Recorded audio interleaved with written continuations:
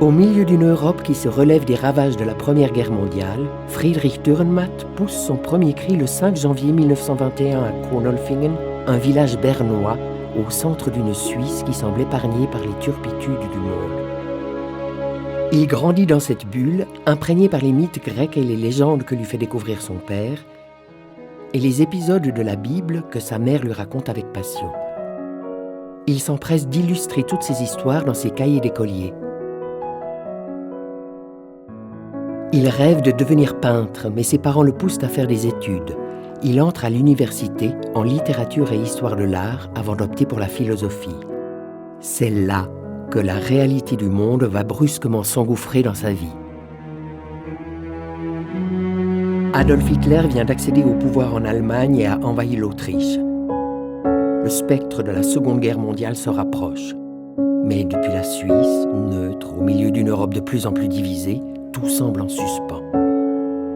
L'étudiant Dürrenmatt ressent alors le besoin d'exprimer cette contradiction. Très vite, les toiles ou les feuilles sont insuffisantes. Il peint alors directement sur les murs de sa mansarde une fresque qu'il nomme ironiquement « Les grandes aventures de l'humanité ».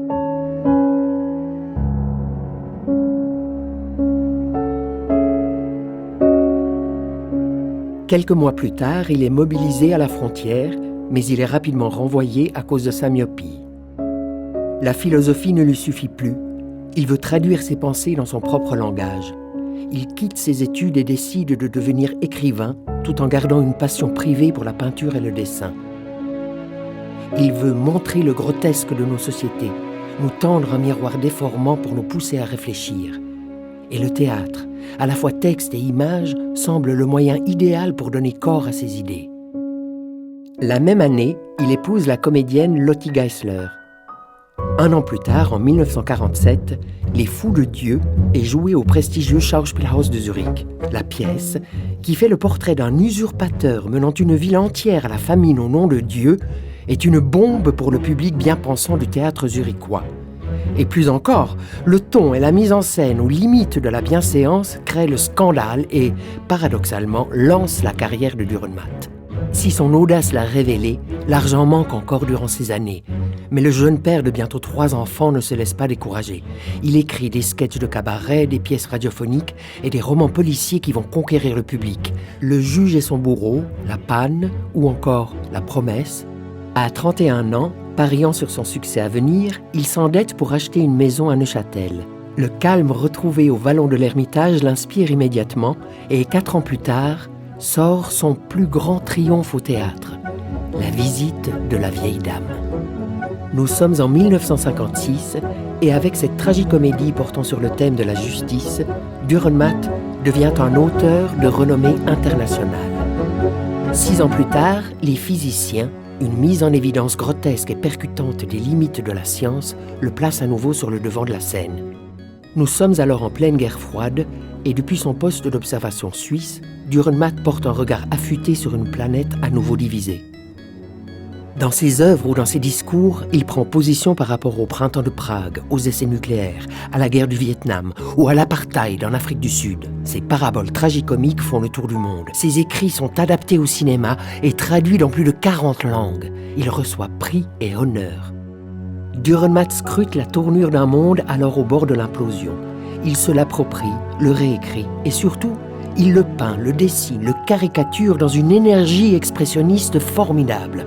Albrecht Dürer, Jérôme Bosch, Peter Bruegel, Jean-Baptiste Piranèse, Francisco de Goya ou encore son ami Varlin inspirent le peintre Dürrenmatt qui détourne les classiques, tord la mythologie ou la religion. Ces tableaux restent son jardin secret. Il ne les vend pas et les expose peu. Car, comme il le dit lui-même, par rapport à mes œuvres littéraires, mes dessins ne sont pas un travail annexe, mais les champs de bataille faits de traits et de couleurs où se jouent mes combats, mes aventures, mes expériences et mes défaites d'écrivain. Mais si les années 60 l'ont rendu si prolifique, les années 70 sont pour Dürrenmatt une période difficile. Cherchant à sortir de ses propres codes, Dürrenmatt expérimente de nouvelles formes de théâtre. mais cela ne séduit ni les metteurs en scène ni son public. Cette douloureuse expérience l'éloigne du théâtre. Au niveau personnel, Dürrenmatt subit une épreuve qui l'affecte profondément. Sa femme, Lottie, très malade, décède en 1983. Il traverse alors une crise personnelle et professionnelle.